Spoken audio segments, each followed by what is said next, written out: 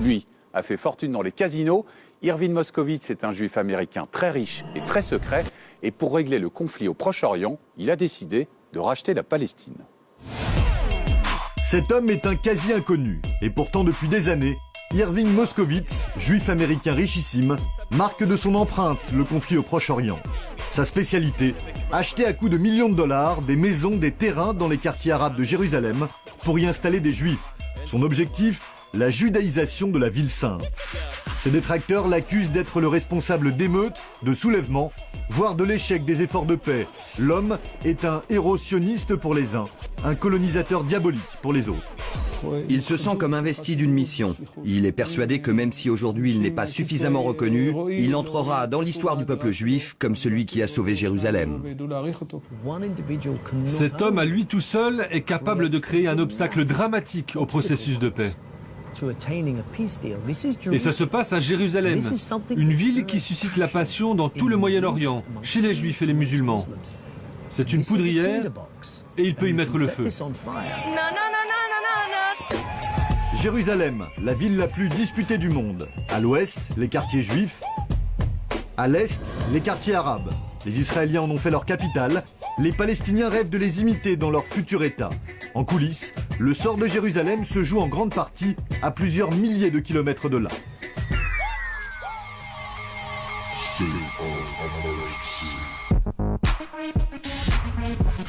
Hawaiian Gardens, banlieue modeste de Los Angeles. 15 000 habitants et 2 casinos. Leur propriétaire, Irving Moscovitz, c'est d'ici que vient sa fortune. La plupart de son argent quitte l'État de Californie pour aller de l'autre côté de la planète, en Israël. Haïm Beliak est le rabbin de la ville. Lui est favorable au partage de la terre entre Israéliens et Palestiniens. Moscovitz est très secret, il ne l'a jamais rencontré. Mais à distance, il se bat depuis des années contre celui qu'il surnomme le parrain des colons.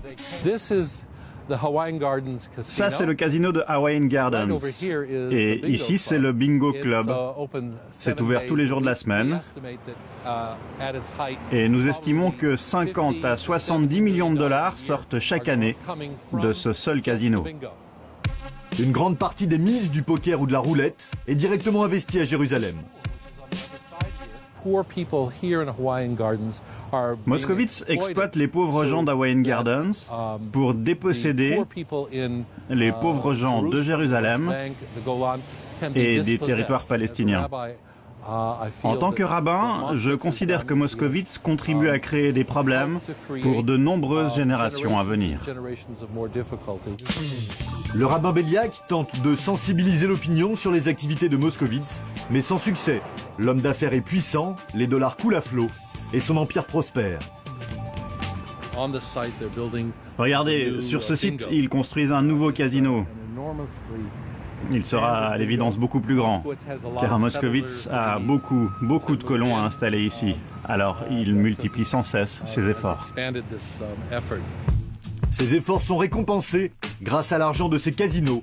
Jérusalem change de visage.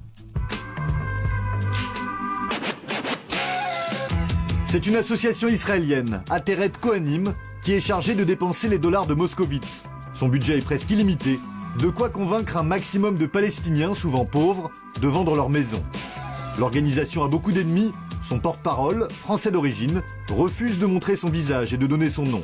Méfiant mais fier de sa réussite, les acquisitions de Moscovitz à Jérusalem se multiplient. Donc on a les maisons, vous voyez les drapeaux. Celle-là, voilà, ça on a une autre maison là-bas, où il y a le drapeau. Et là aussi, vous voyez, où il y a les 2 drapeaux d'Israël au fond. En tout, avec les millions de Moscovitz, Ateret Kohanim a pu investir partout dans les quartiers arabes.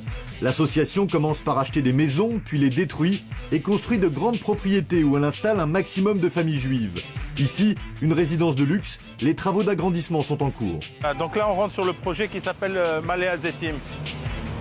Et il y a 60 logements qui vont être construits ici.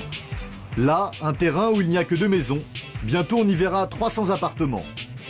Ou encore là, le seul immeuble juif du quartier, drapeau israélien bien en évidence sur la façade.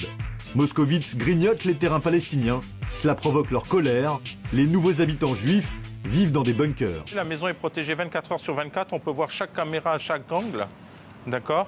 Et donc les enfants ne pouvant pas jouer, on met des jeux sur les terrasses pour que les enfants puissent sortir. Bien souvent, du haut des maisons, ils balancent des œufs, des pierres,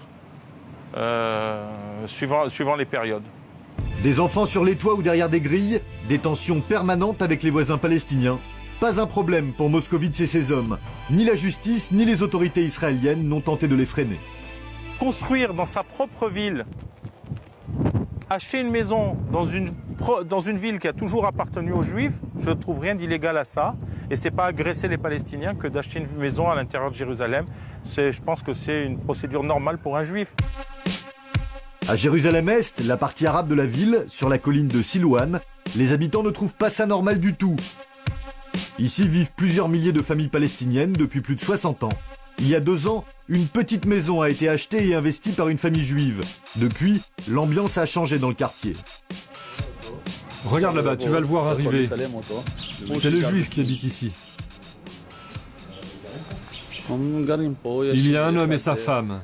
Ils n'ont pas le droit d'entrer et de sortir sans leur garde du corps. Cette maison a été payée plusieurs centaines de milliers de dollars. Un investissement d'Irving Moscovitz. Et il cherche à acheter encore. Sa stratégie, s'implanter partout où c'est possible et créer à terme un quartier juif. En attendant, les Palestiniens regardent de l'extérieur les nouveaux habitants tenir leur position. La maison des Juifs, elle est juste derrière le mur. Là derrière, il y a leurs toilettes et leur salle de bain. Moi j'habite ici, et eux ils sont là.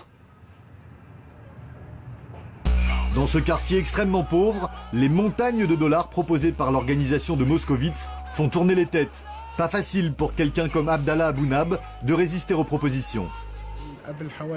Depuis 8 ans, tous les ans, ils viennent me voir. Ils me montrent un chèque en blanc en me disant « Écris le montant que tu veux. 1 million, 1,5 million de dollars. Écris tout ce que tu veux. » Moi, je leur réponds « Vous pouvez me proposer n'importe quoi, tout l'or du monde, des diamants. Je ne lâcherai jamais cette maison. » Tous les habitants ne sont pas aussi résistants. Dans le quartier, le bruit court qu'une 60aine de maisons a déjà été achetée et que des juifs ne vont pas tarder à venir s'installer. Chaque acquisition provoque au mieux des manifestations, au pire des émeutes.